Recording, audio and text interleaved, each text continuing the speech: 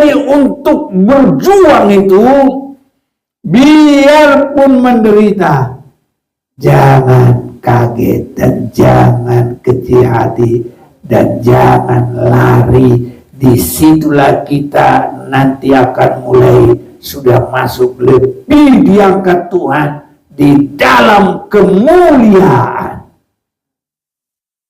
Karena kalau temannya kita bersama kepada penderitaan, kita juga akan memerintah bersama dia. Di situ saudaraku rahasianya. Ayo baca 2 Timotius 2 mulai 9 deh biar jelas. Bantu. 2 Timotius 2 ayat yang ke-9. Iya. Karena pemberitaan Injil inilah aku menderita. Iya. Malah dibelenggu seperti seorang penjahat. Iya. Tetapi firman Allah tidak terbelenggu. Amin. Karena itu aku sabar menanggung semuanya itu bagi orang-orang pilihan Allah, supaya mereka juga mendapat keselamatan dalam Kristus Yesus dengan kemuliaan yang kekal. Benarlah perkataan ini, jika kita mati dengan Dia, kita pun akan hidup dengan Dia. Jika kita bertekun, kita pun akan ikut memerintah dengan Dia.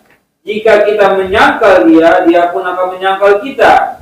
Jika kita tidak setia, Dia tetap setia, karena Dia tidak dapat menyangkal dirinya. Nah, jadi Wahyu pasal 20, kerajaan 1000 tahun, bagaimana kita teguh? Bagaimana kita berkorban? Bagaimana kita bertahan walaupun menderita? Itu nanti mengangkat kita. Itu sebabnya sama juga dengan Filipi pasal 2 ayat 9. Itulah sebabnya Allah sangat meninggikan Yesus.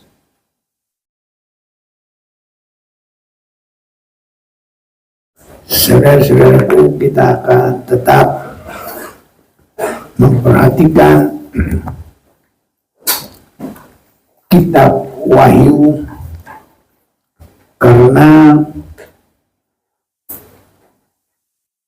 Tuhan akan memberkati sesuai dengan kita membaca, mendengar, dan melakukan sesuai dengan kitab nubuat itu, karena segala sesuatu akan dibuka dan terjadi. Jadi perjalanan dunia ini dibuka dan terjadi melalui kitab Wahyu. Dan sebelum firman ini bisa terbuka, maka perjalanan dunia ini tidak akan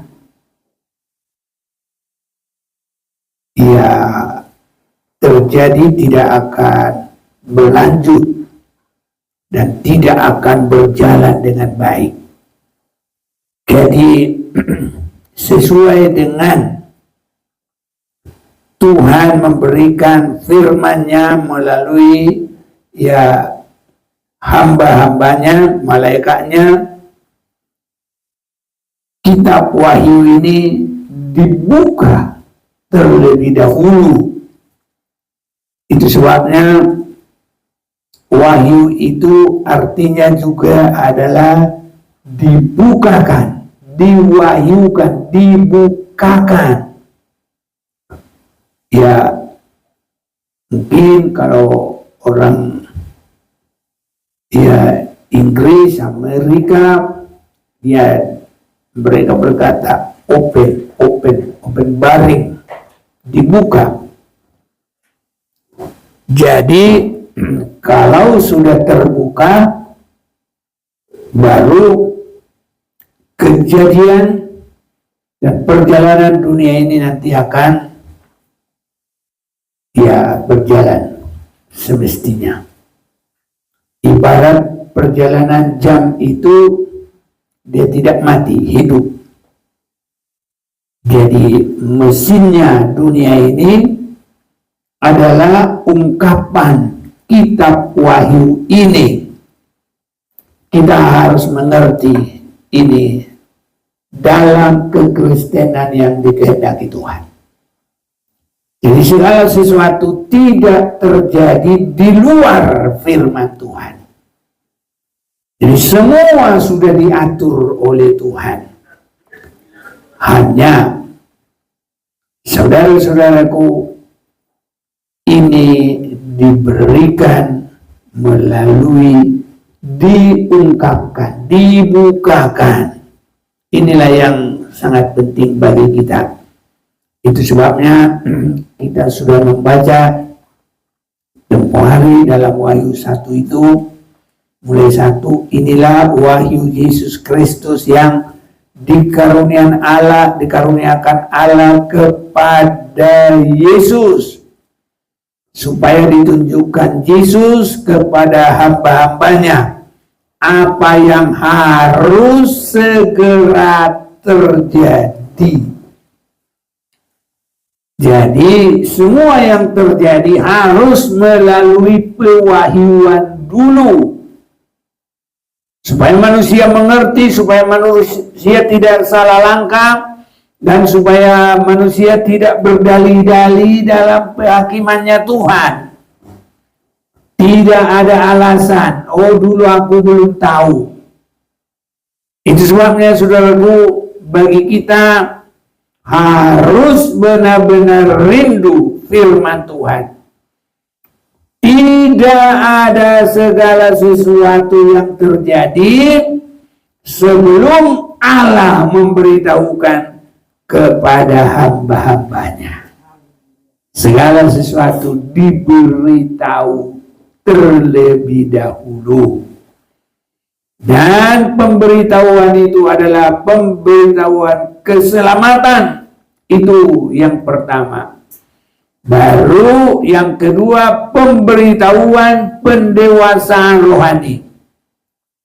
Dan ketiga, pemberitahuan tentang koreksi Tuhan. Dan selanjutnya, pemberitahuan tentang hal-hal yang akan terjadi.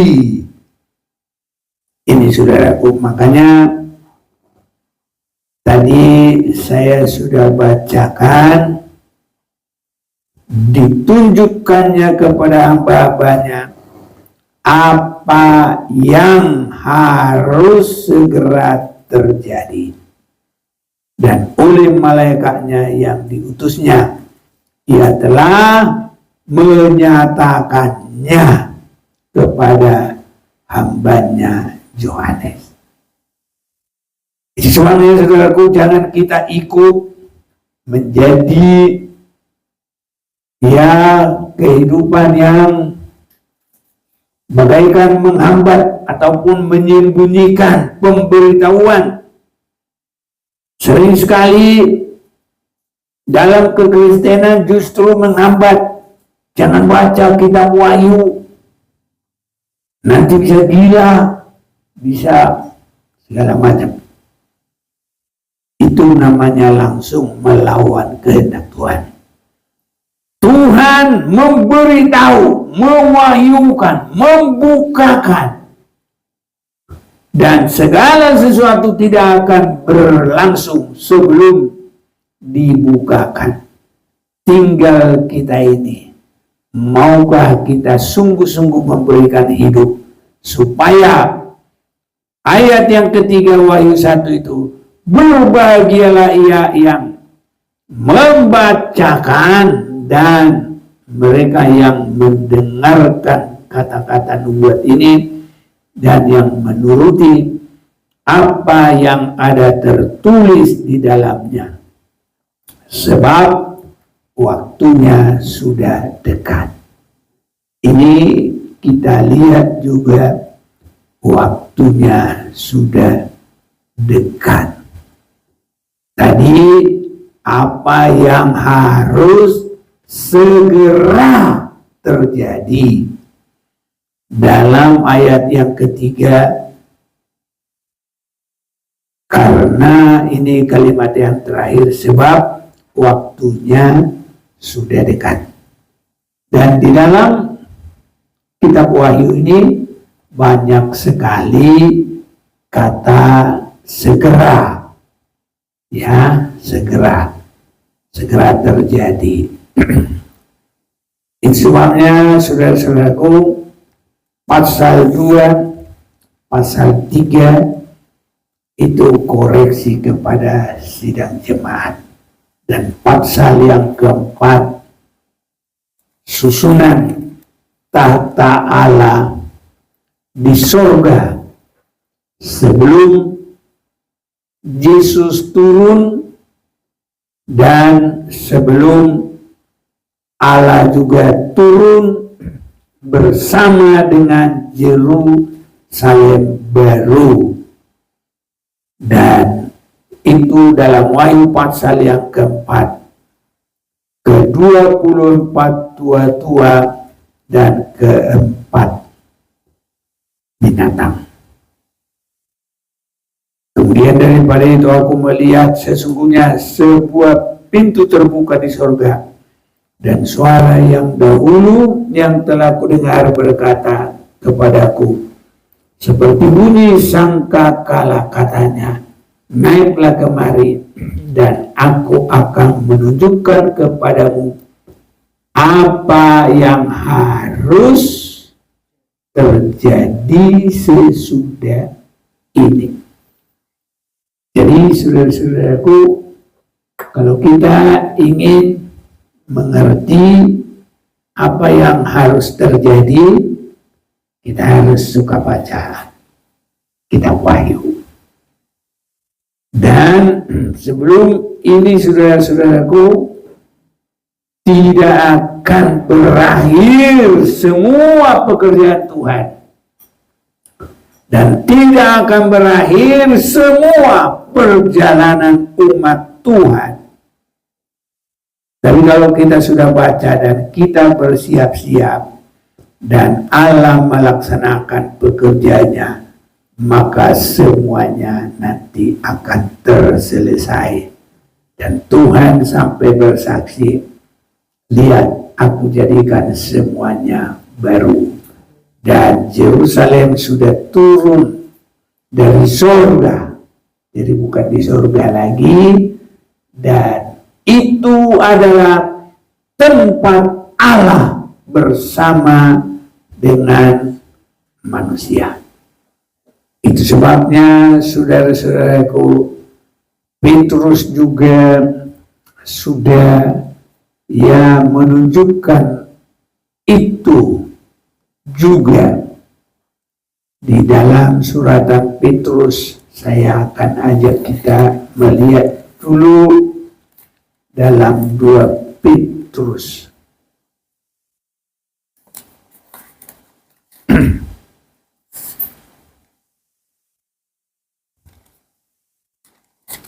Dalam 2 Petrus pasal 3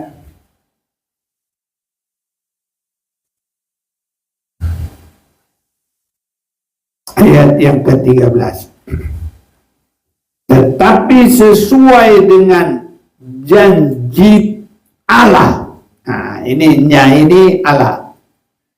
Kita menantikan langit yang baru dan bumi yang baru di mana terdapat kebenaran.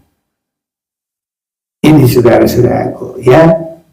Jadi bukan surga, tapi kita, tapi sesuai dengan janjinya kita menantikan langit yang baru. Amin, saudaraku. Dan bumi yang baru. Ini bukan baru bikin tulisan ini dari dulu, cuma orang kurang memperhatikan.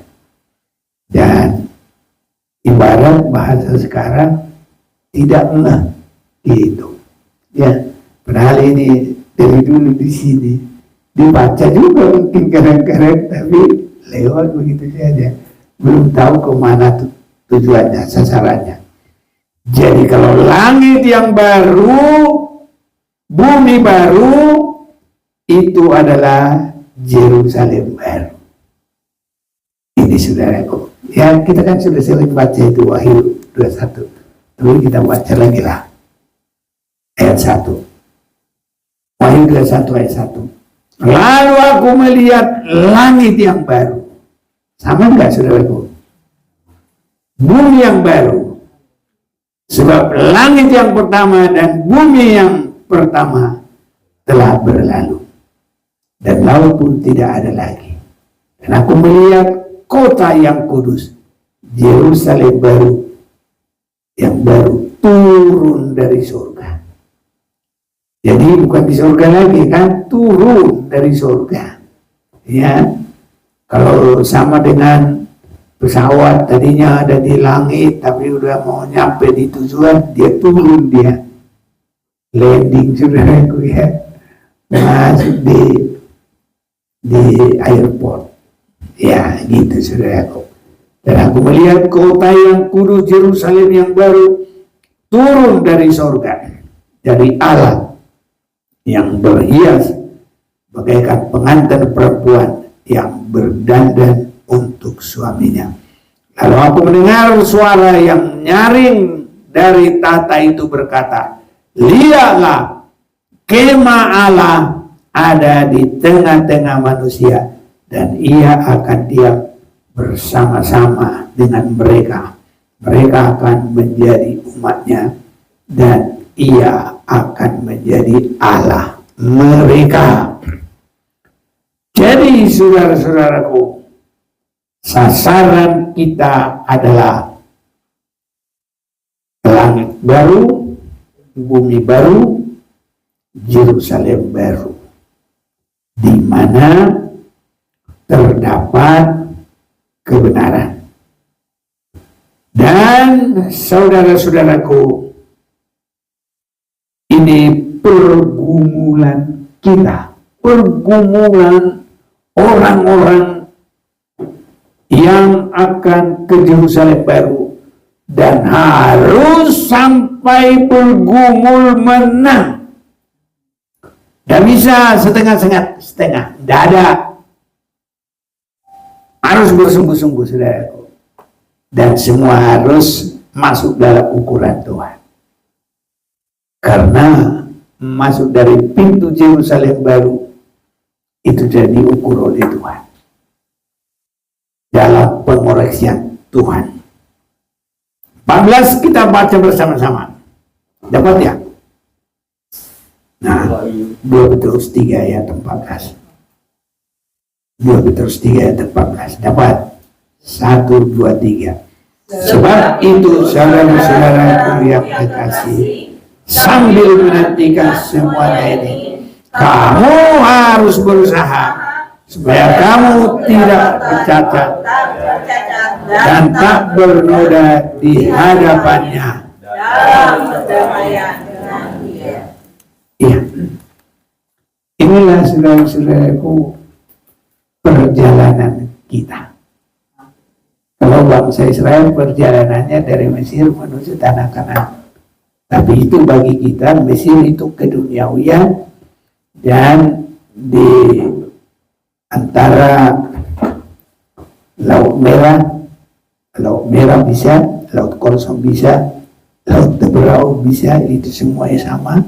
Hanya tinggal nanti ya penyebutannya ada masing-masing juga. Ya, tapi itu juga. Baru sasaran utamanya adalah di tanah Kanaan, Yerusalem. Juga nanti ibu kotanya tanah Kanaan, cuma Yerusalem di dunia.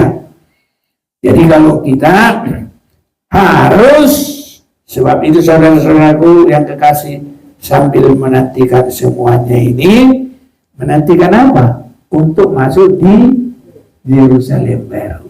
Langit baru, bumi baru, Yerusalem baru. Sambil menantikan semuanya ini, kamu harus berusaha. Ini pekerjaan kita, saudara-saudaraku. Jadi kekristenan itu nggak boleh asal begitu saja, nggak ngerti, asal-asal, ya seperti nggak ada ya yang dia ngerti. Nggak bisa, saudaraku. Sama aja dengan sekolah, nggak belajar dia, bagaimana dia bisa pintar, nggak, bagaimana dia diuji nanti, bagaimana dia naik kelas. Jadi sambil menantikan semuanya ini, kamu harus berusaha. Jadi kita semua dihimbau, saudara-saudaraku, ya, supaya kamu kedapatan tidak bercacat dan tidak bernoda di hadapannya dalam perdamaian dengan Dia. Jadi tidak boleh berbantah-bantah, saudara-saudaraku. Tidak boleh membantah Tuhan. Harus semua ya dan amin. Jadilah padaku seperti perkataanmu. Haleluya. Jangan ngomong gitu pertama. Maria. Ya, sesulit apapun itu, jadilah padaku seperti perkataanmu. Nah, itu menunjuk gereja-gereja secara rohani. Kita tidak boleh berbantah-bantah, harus mengiyakan. Inilah saudara-saudaraku, selemah apapun kita, yang kita harus berserah kepada Tuhan. Tetapi kita harus yakin, disinilah selemah apapun kita, kalau kita berserah dengan sungguh-sungguh, Allah itu setia dan adil sehingga menyucikan kita dari segala dosa kita. Iya, setia dan adil kalau kita terus memperbaiki. Jadi pekerjaan kita setiap saat harus memperbaiki. Setiap saat kita koreksi kekurangan kita. Setiap saat kita koreksi dosa kita. Supaya Allah itu setia dan adil menyucikan kita sampai tidak bercacat celah. 1 Yohanes 1:9 gampang, saudaraku. Kalau kita mengaku segala dosa kita, Allah itu setia dan adil sehingga menyucikan kita dari segala dosa kita. Amin. Ayo siapa yang baca, jangan-jangan nanti dibohongin, tapi enggak boleh bohong. Jika kita mengaku dosa kita, maka Ia adalah setia dan adil, sehingga Ia akan mengampuni segala dosa kita dan menyucikan kita dari segala kejahatan. Jadi saudaraku, tidak ada yang tidak bisa, semua bisa. Asal mau bergumul, memperbaiki, mengaku, terbuka pada Tuhan. Jangan berbantah-bantah, jangan melawan. Karena yang sangat-sangat menjadikan tidak sampai adalah ya keras teguhnya bangsa Israel yang selalu melawan Tuhan. Sehingga semua dibinasakan di tengah perjalanan. Setiap yang berumur 20 tahun ke atas, hanya 2 yang sampai, itulah Joshua dan Kaleb. Dan dia ditemani oleh yang lahir di tengah perjalanan. Tapi kalau kita, saudaraku, sudah diberitahukan, makanya asal kita tidak mau melawan, ya biarlah hati kita bagaikan tanah liat. Ya, jadi bagai tanah liat, siap dibentuk. Demikian hidupku di tanganmu, dengan urapan kuasa Rohmu ku diberi selalu jadikan alat dalam rumahmu, berlian hidupku di tanganmu, dengan seluruh kehendakmu, agar sesuai aku mau sepertimu, mau sepertimu Yesus, disempurnakan selalu dalam segenap jalanku, memuliakan namamu. Jadi tergantung kepada kita, saudaraku. Allah itu setia. Amin. Nah, kalau hari Minggu kemarin, Allah itu adalah kasih. Iya, itu sejalan, saudaraku. Itu sebenarnya perjuangan kita bukan perjuangan umum, bukan perjuangan biasa-biasa, tapi perjuangan kita adalah benar-benar pengorbanan dan kasih. Itu sebabnya, saudaraku, anak-anak Tuhan, jangan khawatir penderitaan, asal jangan penderitaan karena dosa. Asal jangan penderitaan karena kekurangan. Kalau penderitaan karena Tuhan, karena firman-Nya, karena melakukan kehendak-Nya, jangan khawatir. Apapun yang terjadi, jangan khawatir. 1 Petrus 4. Jadi, karena Kristus telah menderita penderitaan badani,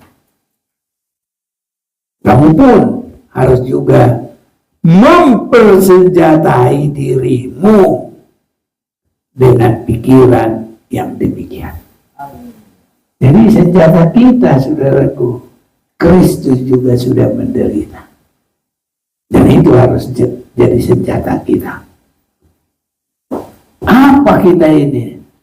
Manusia dari tanah dia. Tapi kalau Kristus, dialah sendiri, yang walaupun dalam keadaan Allah, dalam rupa Allah, tidak mempertahankan sebagai yang harus dipertahankan, melainkan merendahkan diri, mengambil rupa manusia. Haleluya. Dan di dalam keadaan manusia, bukan untuk dilayani, tapi untuk melayani dan taat, menderita sampai kepada mati. Itu senjata kita. Kalau bahasa Batak, nggak tahu ada bahasa Indonesia. Kalau bahasa Batak, kalau itu dinyanyikan, waduh, sedih saudara-saudaraku. Oleh Yesus penaudui. Begitu nyanyinya. Saya juga agak lupa. Iya, ini saudaraku. Jadi karena Kristus telah menderita penderitaan badani, kamu pun harus juga mempersenjatai dirimu dengan pikiran yang demikian. Miliki senjata ini senjata kekuatan. Haleluya. Ini senjata kita ini, belum pakai kali senjata ini ya, makanya seringkali kalah. Tapi kalau udah punya senjata ini, udah tambah kuala, ya. Jadi karena Kristus telah menderita penderitaan badani, kamu pun harus juga mempersenjatai dirimu dengan pikiran yang demikian. Karena barang siapa telah menderita penderitaan badani, ia telah berhenti berbuat dosa. Ini saudaraku. Jadi untuk berjuang itu, biarpun menderita, jangan kaget dan jangan kecil hati dan jangan lari. Disitulah kita nanti akan mulai sudah masuk lebih diangkat Tuhan di dalam kemuliaan. Karena kalau temannya kita bersama kepada penderitaan, kita juga akan memerintah bersama dia. Di situ saudaraku rahasianya. Ayo baca 2 Timotius 2 mulai 9 deh biar jelas. Bantu. 2 ayat yang ke-9. Iya. Karena pemberitaan Injil inilah aku menderita. Iya. Malah dibelenggu seperti seorang penjahat. Iya. Tetapi firman Allah tidak terbelenggu. Amin. Karena itu aku sabar menanggung semuanya itu Iya. bagi orang-orang pilihan Allah, supaya mereka juga mendapat keselamatan dalam Kristus Yesus dengan kemuliaan yang kekal. Benarlah perkataan ini, jika kita mati dengan Dia, kita pun akan hidup dengan Dia. Jika kita bertekun, kita pun akan ikut memerintah dengan Dia. Jika kita menyangkal Dia, Dia pun akan menyangkal kita. Jika kita tidak setia, Dia tetap setia, karena Dia tidak dapat menyangkal dirinya. Nah, jadi Wahyu pasal 20, kerajaan 1000 tahun. Bagaimana kita teguh? Bagaimana kita berkorban? Bagaimana kita bertahan walaupun menderita? Itu nanti mengangkat kita. Itu sebabnya sama juga dengan Filipi pasal 2 ayat 9. Itulah sebabnya Allah sangat meninggikan Yesus. Karena walaupun dalam rupa Allah tidak menganggap kesetaranya dengan Allah, melainkan mengambil rupa manusia. Dalam keadaan manusia bukan untuk dilayani, tapi untuk melayani. Dan taat sampai mati tersalib. Itulah sebabnya Allah sangat meninggikan dia. Jadi sama dengan kita saudaraku. Ya, itu kata firman Tuhan. Itu sebabnya dalam 1 Petrus 4 tadi, supaya waktu yang sisa jangan kamu pergunakan menurut keinginan manusia, tapi menurut kehendak Allah. Jadi untuk tetap berada di dalam kehendak Allah itu banyak persoalan kita hadapi, banyak tantangan kita hadapi. Jangan khawatir saudara-saudaraku. Haleluya. Bagaimanapun nanti akhirnya itu terserah Tuhan. Tuhan atur semua yang terbaik. Tuhan pasti mengadakan akhir yang baik. Nah, itu sebabnya Filipi 2 tadi 9. Baca juga lah. Itulah sebabnya Allah sangat meninggikan dia dan mengurniakan kepadanya nama di atas segala nama. Lanjut. Supaya dalam nama Yesus bertutup segala yang ada di langit dan yang ada di atas bumi dan yang ada di bawah bumi, dan segala lidah mengaku Yesus Kristus adalah Tuhan, bagi kemuliaan Allah Bapa. Amin. Jadi ketinggian Yesus itu karena dia mau masuk dalam kerendahan itu. Haleluya. Ini syaratnya perjalanan anak-anak Tuhan. Nah, semakin kita mau saudaraku direndahkan dan tidak lari dan tidak berbuat dosa dan tidak berputus asa, tapi semakin teguh taat sampai mati. teguh sampai mati. Dan nanti ada waktunya Tuhan membangkitkan kita. Waktu inilah saudaraku yang kita tidak bisa mengatur. Tuhan, saya cukup matilah 1 hari, malah menderita 1 hari. Iya, saudara-saudaraku, pergumulan masing-masing itu bagaimana dia dengan Tuhan. Tuhan akan menakar kita semua sampai semua terbentuk sama dengan Yesus. Saudara-saudaraku, lihat, walaupun kita tidak benar-benar seperti itu, tapi dia sudah membuat ukuran yang sangat tinggi, saudara-saudara yang kasih. Ya, kalau dihitung dengan pergumulan kita belum apa-apa. Kita kan belum mencucurkan darah. Kalau Yesus kan sudah habis semua, tidak ada darah yang tertinggal, semua habis. Ini saudaraku. Sebabnya supaya waktu yang sisa jangan kamu pergunakan menurut keinginan manusia, tapi menurut kehendak Allah. Sebab telah cukup banyak waktu kamu pergunakan untuk melakukan kehendak orang-orang yang tidak mengenal Allah. Saudara-saudaraku, biar kita semua berpengalaman ini. Semoga Tuhan tolong kita. Sudah cukup, saudaraku. Jangan terus-terus lagi. Haleluya. Cukup ya.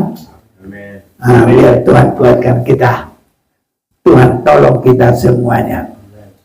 Sebab telah cukup banyak waktu kamu pergunakan untuk melakukan kehendak orang-orang yang tidak mengenal Allah. Kamu telah hidup dalam rupa-rupa hawa nafsu, keinginan, kemabukan, pesta pora, perjamuan, minum, dan penyembahan berhala yang terlarang. Ini sudah. Jadi sekarang kita masuk dalam perjuangan menantikan langit baru dan bumi baru. Dan saya memperhatikan saudaraku, tadi dalam ayat 1 itu, 1 Petrus 4 itu ayat 1. Jadi karena Kristus telah menderita penderitaan badani, kamu pun harus mempersenjatai dirimu dengan pikiran yang demikian. Saudara-saudaraku, setiap penderitaan ini itu tidak akan hilang. Semua itu nanti akan jelas sekali. Di dalam Wahyu pasal yang keempat, Wahyu pasal 5, itu posisi tahta Allah. Posisi tahta Allah. Makanya surga belum turun, posisi tahta Allah itu ada Allah, dan ada 24 tua-tua. Itu 24 bisa saja 12 yang mewakili bangsa Israel, 12 juga mewakili para rasul-rasul. Jadi 24 saudaraku itu tidak boleh lagi dibongkar pasang. Itu sudah memang begitu saudaraku, sudah ditetapkan, dan itu semua sesuai dengan perbuatan. Dan ada satu saudaraku yang membuat sangat terangkat di sana, ya, dalam Wahyu pasal 5, ya, ayat yang ke-7 mulai. Lalu datanglah anak domba itu dan menerima gulungan kitab itu dari tangan dia yang duduk di atas tahta itu. Anak domba itu, saudaraku, tidak lain itu hanyalah Yesus Kristus. Kenapa disebut anak domba? Karena dia bersedia sampai mati dengan darah tertumpah. Jadi nanti dalam posisi suasana tahta Allah itu, nama anak domba itu tidak bisa hilang. Dan itu menunjuk perbuatan penyerahan. Jadi kita apa? Yang kita sudah serahkan, apa yang kita sudah buat, saudaraku? Sudah bergumul apa kita? Kadang-kadang kita hanya bergumul bikin jabu, rumah, bergumul bikin yang lele, bergumul untuk rohani. Belum, nanti apa, saudaraku? Kalau kita bangun perkara dunia ini, ya harus nanti terbakarlah, hancurlah, gempa bumi lah. Karena nanti akan dibuka semuanya. Pembukaan ini mengarah kepada pembukaan materai. Jadi melihat ke depan dan untuk bisa jadi berkat bagi hal-hal yang akan datang. Itu penderitaan anak domba. Jadi yang membuka gulungan kitab itu hanyalah anak domba. Apa artinya? Yang pernah mau berserah dengan sungguh-sungguh sampai menderita.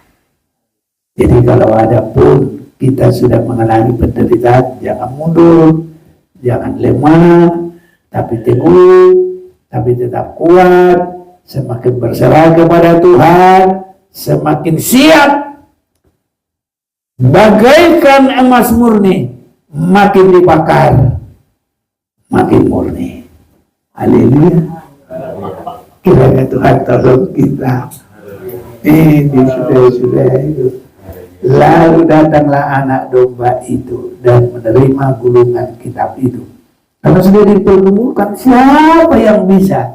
Ini nanti untuk meterai ke-7 meterai loh ini. Pembukaan 7 meterai. Pasal yang ke-6.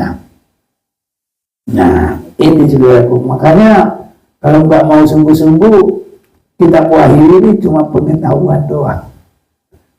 Pengisi otak, bukan mengalami penyucian dan untuk memilikinya. Itu sebabnya saudaraku, kita harus bersungguh-sungguh mengasihi Tuhan.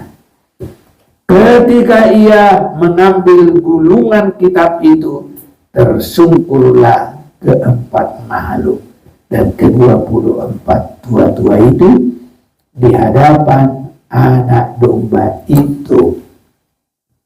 Jadi saudaraku, sebenarnya kita ini juga kalau ada pembukaan firman benar-benar boleh mengarahkan kita, boleh membawa kita semakin ditingkatkan, semakin dikuduskan. Kalau ada pembukaan itu, harus benar-benar tersungkur.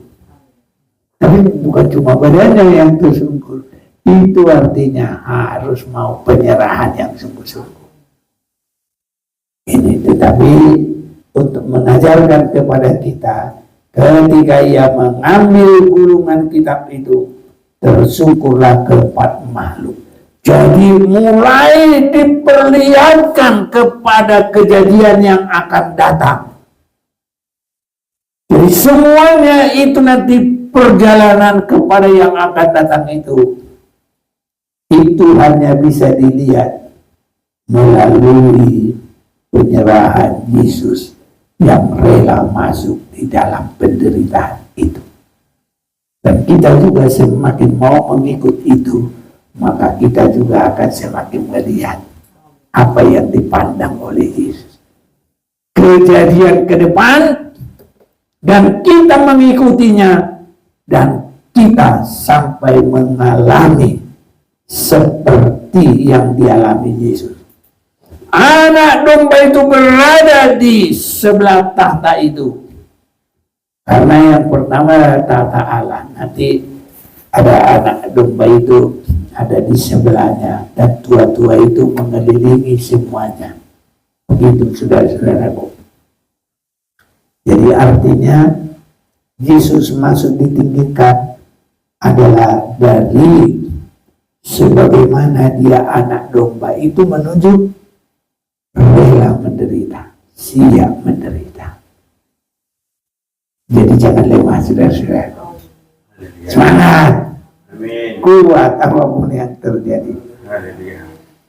Justru saudaraku, ketika ia, ini ayat 8 ini saya baca. Ayo siapa bantulah sekalian. 5 ayat 8.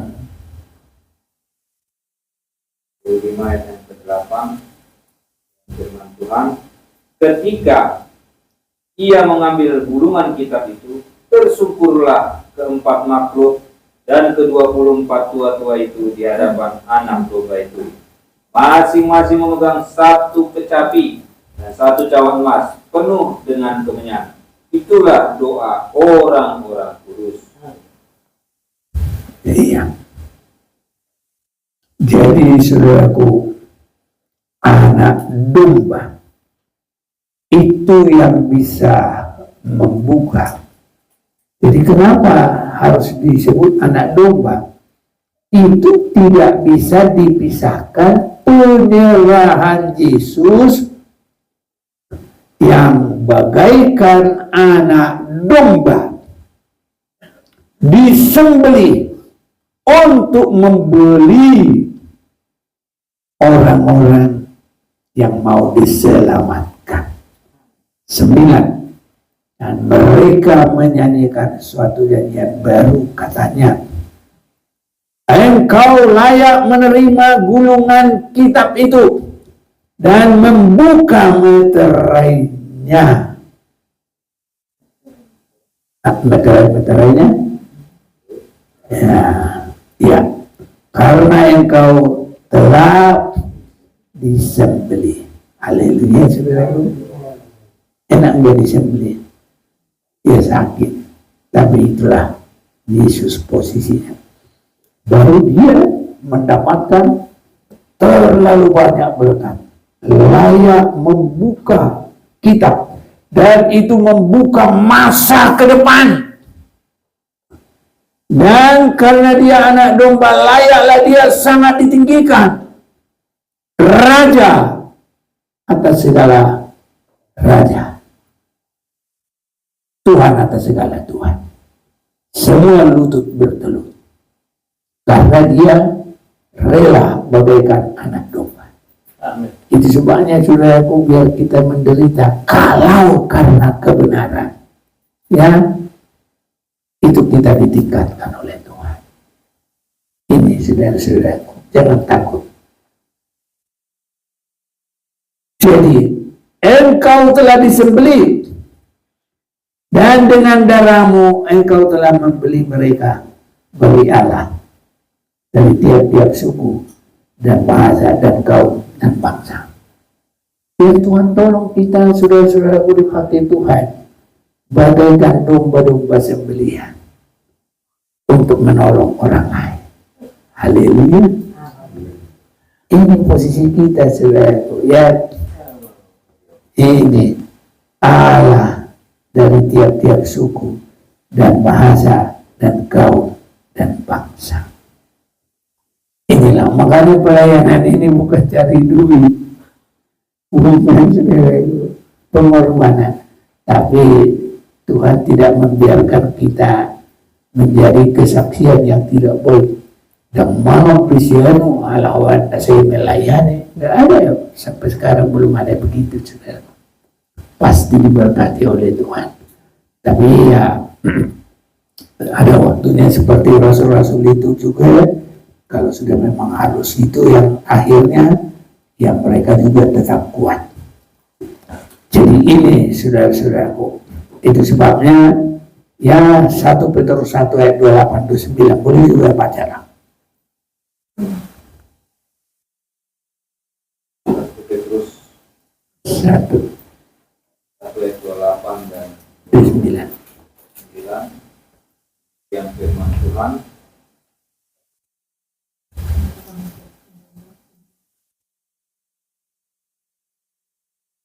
Ya. 18, 19 dari 28 ya. Iya dah. Ayat 18, sebab kamu tahu bahwa kamu telah ditebus dari cara hidupmu yang sia-sia, yang kamu warisi dari nenek moyangmu itu, bukan dengan barang yang fana, bukan pula dengan perak atau emas, melainkan dengan darah yang mahal, itu darah Kristus, yang sama seperti darah anak domba, yang tak bernoda dan tak bercacat. Iya, ini saudara-saudaraku. Makanya apa yang dilakukan Yesus itu tidak akan hilang. Jadi kalau kita perhatikan Wahyu 4, Wahyu 5, itu masih dalam sekitar tahta Allah itu. Jadi berita tentang anak domba itu, pekerjaan Yesus itu nanti ada di sana, saudara-saudaraku. Jadi kalau kita nanti nggak berbuat apa-apa, tukang ongkang-ongkang kaki, yang mana ada di sana tukang ongkang-ongkang kaki. Jadi Yesus itu, makanya dia disebut anak domba Allah itu. Jadi makanya tadi dalam 2 Timotius pasal 2, kalau kita bersama-sama mengadakan pelayanan, bergumul untuk kekudusan, bergumul, berbuat dalam pelayanan yang berkenan kepada Tuhan, untuk kita menang bagi diri kita, untuk kita juga memenangkan orang lain, maka posisi itu tidak akan dipisahkan dari kita. Semua ada. Dan itulah ranking kita nanti di kerajaan 1000 tahun.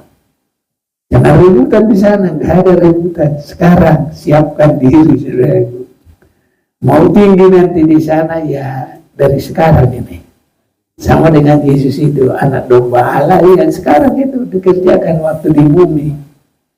Dan itu nanti sampai di tahta itu ada, saudaraku. Jadi kalau kita nggak berbuat apa-apa, ibarat orang sudah makan sampai limpah, kita 10 butir pun gak ada nasinya. Makanya sekarang saudaraku, berbuat selagi ada. Itulah kita mendapat kitab Wahyu, dibuka firman itu, dibuka pengertian, supaya kita diolah berbuat dan kita benar-benar sama seperti Yesus, karena kesungguhannya, pengorbanannya itu membawa dia sangat ditinggikan, sangat ditingkatkan. Dan untuk sekarang kita sudah semakin dengarkan firman Tuhan, mari kita semakin berbuat yang berkenan kepada Tuhan. Jadilah pemenang dan Tuhan memberkati kita. Mari kita mau datang kepada Tuhan.